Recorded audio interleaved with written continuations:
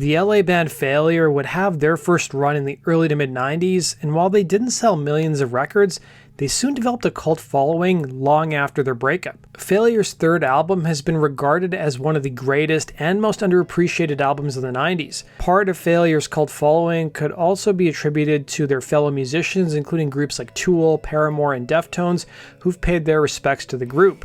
They've been labeled as everything from alternative metal to grunge lite all the way to space rock. Today, because you guys as subscribers had requested this story, we're going to take a look at the history of the band Failure. Failure's origins dated back to Los Angeles in 1987. Living in San Diego at the time was drummer Robert Gauss and frontman and guitarist Ken Andrews, who had moved to LA and were roommates while attending art school. Andrews was a late bloomer when it came to music, as he didn't really pick up guitar until the age of 18 and started taking lessons from his brother, who had been playing already for about 4 years. He would remark in an interview with Spin magazine that the first record he learned to play along to would be the Cars' first album. Andrews and Gauss would discuss putting a band together, but it took them nearly 2 years to find a bass player. They weren't really feeling any attachment or affinity for the music scene in LA at the time, and they would put an ad in the Recycler and Music Connection magazine that read, "Moody Trio seeks fretless bass player, parallels with early Cure, Bauhaus, and Joy Division." Not having luck, they soon dropped the fretless requirement to cast a bigger net, but they would admit to Spin magazine that they only fielded about 8 or 10 responses, and none of them were promising enough to actually get into a room with anyone and jam.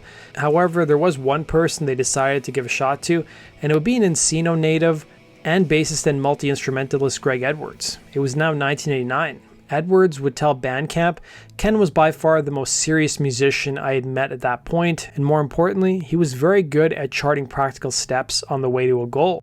We had artistic respect for each other immediately." With the band's lineup already assembled, the group's drummer already had some song ideas on a 4-track recorder, including the tune Pro Catastrophe. The band soon started playing shows around LA at venues like Al's Bar and Club Lingerie. It was there they would meet a fellow musician named Maynard James Keenan, who shared a similar sentiment that the members felt about the LA music scene. Maynard also wasn't happy with who promoters were putting his band Tool on the same bill with. It was a few months later that Tool was now playing with Failure at Club Raji's. Failure would soon spend $800 to press 500 copies of their first single, Pro Catastrophe. It would be mailed to college radio stations across America, and it did in fact get some airplay in 1990 on local station KXLU. Failure would credit the radio station with helping boost audience attendance, as their shows went from just a handful of people to nearly 400 to 500 people per show. Soon enough, record label people started showing up at their gigs, and by the time Failure played about 19 to 20 shows, they had now signed a record deal with Slash Records, which was an indie label, but they had distribution through some of the majors. Much to Failure's surprise, they thought the label would hate their name, but they actually liked it. Soon after signing with Slash, attention now turned to the group's first album, and producer Steve Albini's name would soon come up in discussions, and the band soon sent their demo to Albini, who was in Chicago. In 1992, Failure would head to Pachyderm Studios in rural Minnesota to record their first record. By the band's own admission, their first album was more punk-influenced, largely due to their drummer Robert Gauss, who apart from coming up with the drum parts, actually had a pretty big hand in songwriting too. The drummer and Albini got along pretty well since they shared similar philosophies on the production side. Edwards would look back on the album saying, "Recording with Steve was a true experience on multiple levels. An album like Goat captures a band at the height of their powers, and that's the intersection where Albini's technique really works. We were too inexperienced as a live band to take advantage of that." The group's first record, titled Comfort, would be released in September of '92, and they would tour with Tool in support of the album. Failure really wouldn't fit into a particular genre or scene, at least by the media standards, frequently drawing comparisons to grunge, something the group never identified with or were fans of. What's funny is that Andrews was in fact born in Seattle, but his family had moved away by the time he was 12, before Seattle became the epicenter of rock music in the early 90s. Andrews would admit to latter sound, "Our sound was confusing to a lot of people. It was confusing to record labels.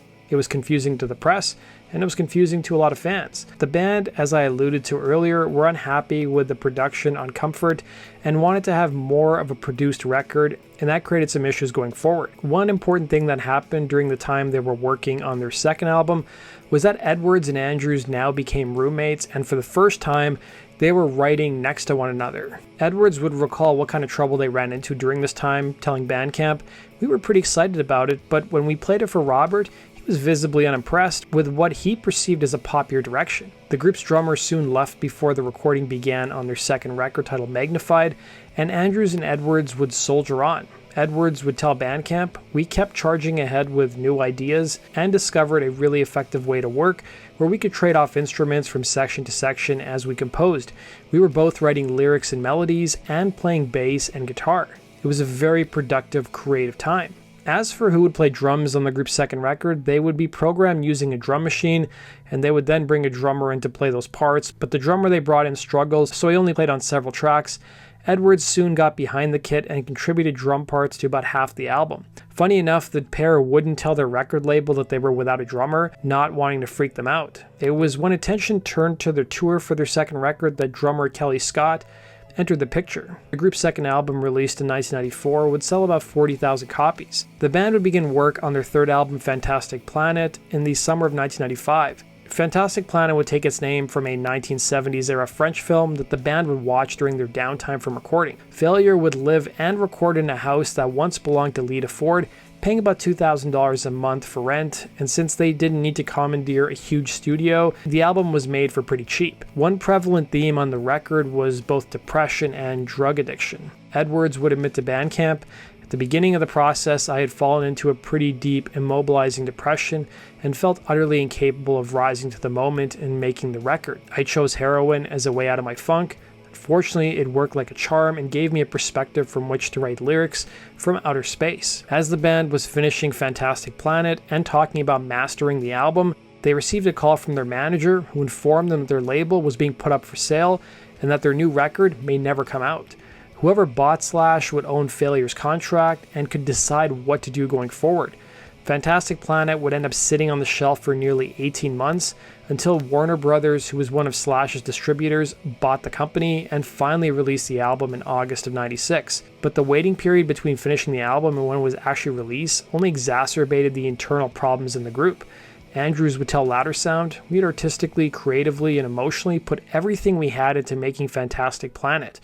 We knew that it had a chance to break bigger for us," adding, "During that period, the level of discouragement, depression, and self-destruction through addiction got really high basically. By the time we got on the road to promote it, we were in real trouble with drugs." Fantastic Planet would sell about 100,000 copies thanks to the single Stuck on You that would peak at number 23 on the alternative rock charts in America. Failure would also appear on the 1997 iteration of Lollapalooza, but by November of '97 the band would break up. Warner Brothers at the time wanted a fourth record from the group, but Andrews would end up breaking up the band, telling Louder Sound, "My focus was on making sure that he didn't die," referring to Edwards.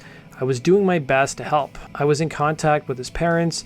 We were debating whether or not to do an intervention. Basically, I had to break up the band because everyone else was waiting to see what was going to happen, and I was like, nothing's going to happen. We have to live." It was following the breakup of the band that Andrews would play in other musical projects and would also end up producing and or mixing material for other groups, including 9 Inch Nails, Beck, Lost Prophets, and A Perfect Circle, to name a few. Years would go by and the members didn't really talk, but in 2004 Andrews and Edwards collaborated on Failure's CD and DVD set titled Golden, which featured rarities, demos, and outtakes, as well as touring footage of the band during their heyday.